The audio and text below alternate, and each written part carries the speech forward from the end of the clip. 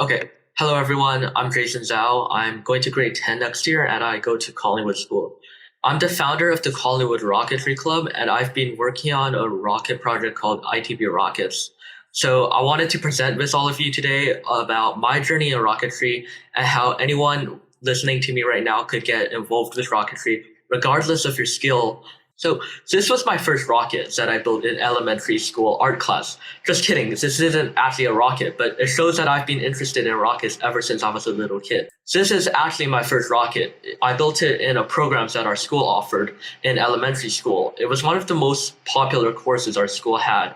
However, in grade 8, we moved to our school's high school campus as there was no more rocketry program. Because of that, I built a few rocket kits on my own to get some of my own rocketry experience. And in grade 8, using the experience I learned from building rockets, I created the Collingwood Rocketry Club. This was our first launch that happened back in grade 8. It was a huge success for the club, and it was a lot of fun for everyone there. So all of the rockets you've seen right now are made out of paper and wood. They're Estes kits, and they can be bought on EstesRockets.com. They have 5 different difficulties from beginner to masters, and they can be really fun from kids to adults to build. So if it's your first time doing rocketry and you're just looking for a fun activity to do, I strongly recommend getting into one of these kits. However, once you've built a paper rocket or two, you might want to design a rocket completely from scratch. To do this, you might want to use a software like this one. This software is called OpenRocket, and inside of it, you can design a rocket and you can simulate how it flies. Around the same time that I started building my own rockets, I also got into a 3D printing and 3D modeling hobby. 3D printing gives a lot of freedom in creating precise shapes that cannot be made with wood or paper using cutting or traditional CNC methods. So I started making my rockets with my 3D printers, and now all of my rockets are mostly 3D printed.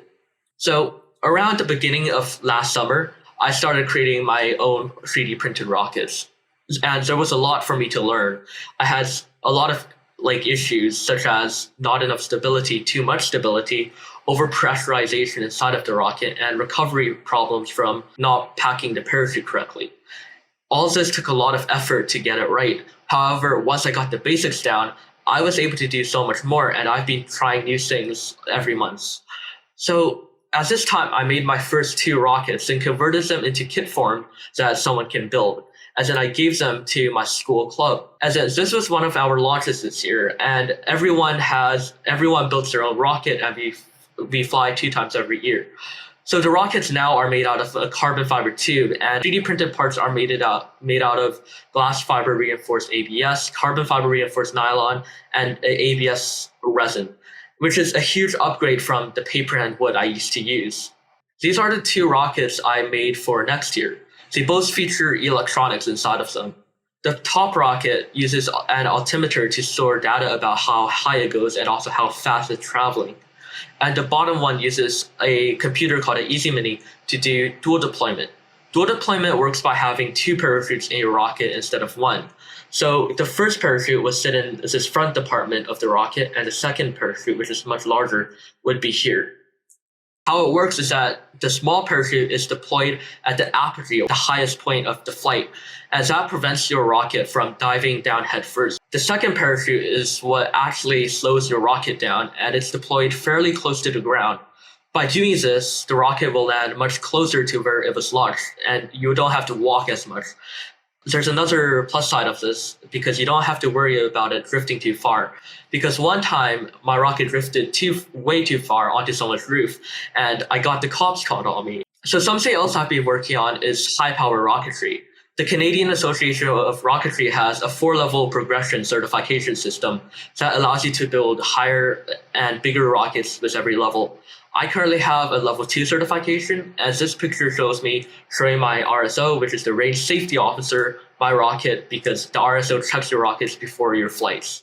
And now I'm working on my level 3 rocket, which is much larger and can carry much larger payloads. This is my first model of it, and this is what the exterior will look like.